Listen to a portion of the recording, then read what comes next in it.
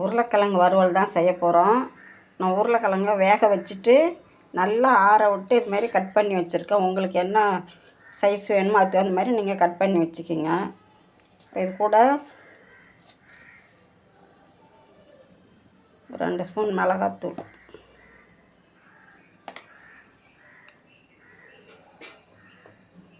கொஞ்சம் மஞ்சள் பொடி, தேவையான அளவு உப்பு,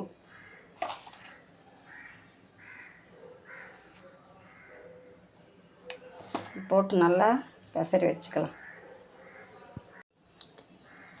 தட்டில் கிளற முடியல, அதனால் நான் வேறு பாத்திரத்துக்கு மாற்றிட்டேன். லேசாக தண்ணி தெளிச்சிக்கலாம், நிறையாலாம் தண்ணி ஊற்றக்கூடாது.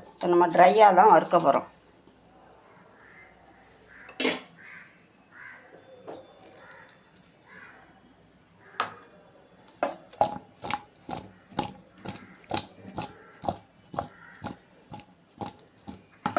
இதுமாரி நல்லா எல்லா பக்கமும் பரவுற மாதிரி உப்பு காரமெல்லாம் எல்லா உருளைக்கிழங்கும் படணும். அது மாதிரி கிளறி ஒரு 10 நிமிஷம் அப்படியே ஊற வச்சுருவோம். ஒரு மூடி போட்டு ஊற வச்சிடலாம். 10 நிமிஷம் ஊறட்டும். ஒரு கடாய் அடுப்பில் வச்சுட்டு 2 ஸ்பூன் எண்ணெய் விட்டுருக்கேன். கொஞ்சம் கடுகு பொரிஞ்சிட்டு ஒரு 6-7 பல் பூண்டு நசுக்கி வச்சுருக்கேன். அதோட கொஞ்சம் கருவேப்பிலை,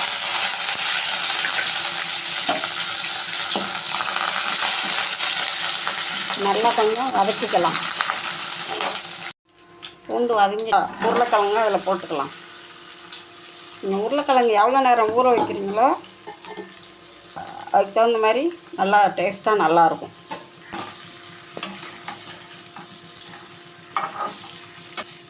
நல்லா கிளறிட்டு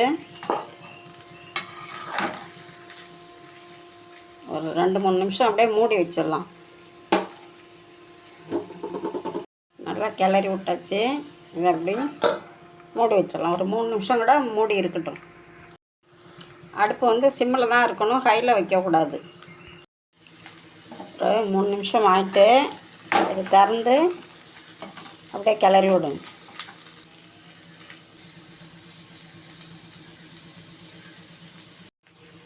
உருளைக்கிழங்கு ஒரு 2-3 நிமிஷத்துக்கு அப்படியே ஓப்பனில் வச்சு அடிக்கடி இப்படி கிண்டி விட்டோம்னா அடியில் ஒட்டாமல் இருக்கணும். நல்லா உருளைக்கிழங்கு ரெடி ஆகிட்டு ஒரு ட்ரை ரோஸ்ட்டு ரெடி.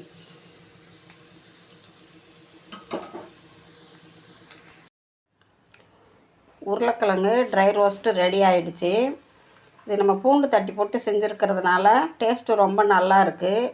ட்ரை பண்ணி பாருங்கள். லைக் பண்ணுங்கள், ஷேர் பண்ணுங்கள், கமெண்ட் பண்ணுங்கள்.